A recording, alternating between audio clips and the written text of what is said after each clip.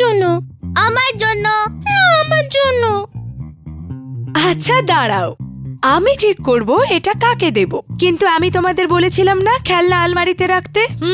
কিন্তু তোমরা এখনো কাজটা করোনি। আমরা পরে করব মা, আগে তুমি আমাদের চকলেট দাও। আমাকে দাও। না, আগে বসো আর এই গল্পটা শোনো, তারপর দেখা যাক চকলেটটা কাকে দেব। ইয়ে, গল্প শুনবো।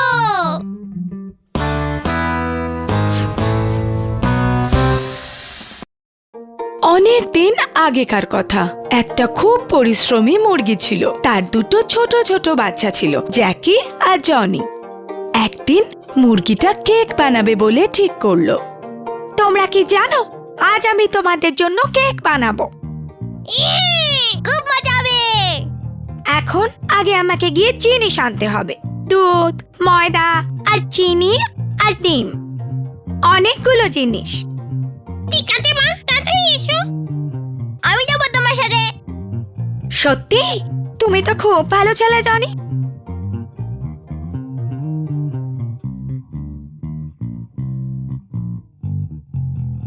ও কি ভারী।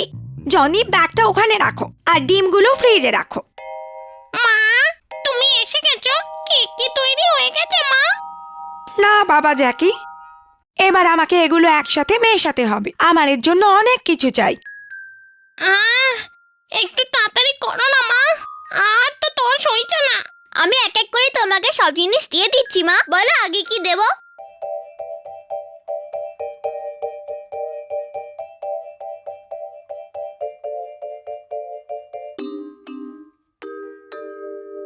এবার আমরা এটা ওভেনে ঢোকাবো।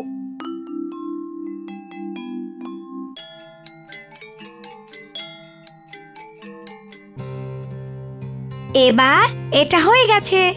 ওটা বাইরে বার করতে আমি সাহায্য করছি মা। না বাবা, দরকার নেই, এটা খুব গরম, এটা আমিই করব। কেক এবার তৈরি হয়ে গেছে, এবার খাওয়া যাক। এবার আমি এই কেকটা কাটবো। এটা তোমার জন্য জ্যাকি, আর এটা তোমার জন্য জনি। কিন্তু মা, আমারটা এত ছোট পিস কেন? জনির পিসটা তো এত বড়। হ্যাঁ, তা তো হবেই জ্যাকি, যারা পরিশ্রম করে পুরস্কার তো সব সময় তারাই পায়।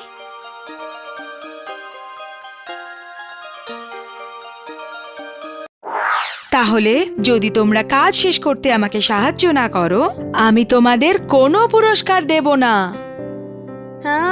আমরা বুঝতে পেরেছি মা। আমি খুব শিগগির রুমটা পরিষ্কার করে দেব। আর আমিও। আর তারপর তোমরা তোমাদের পুরস্কার পাবে।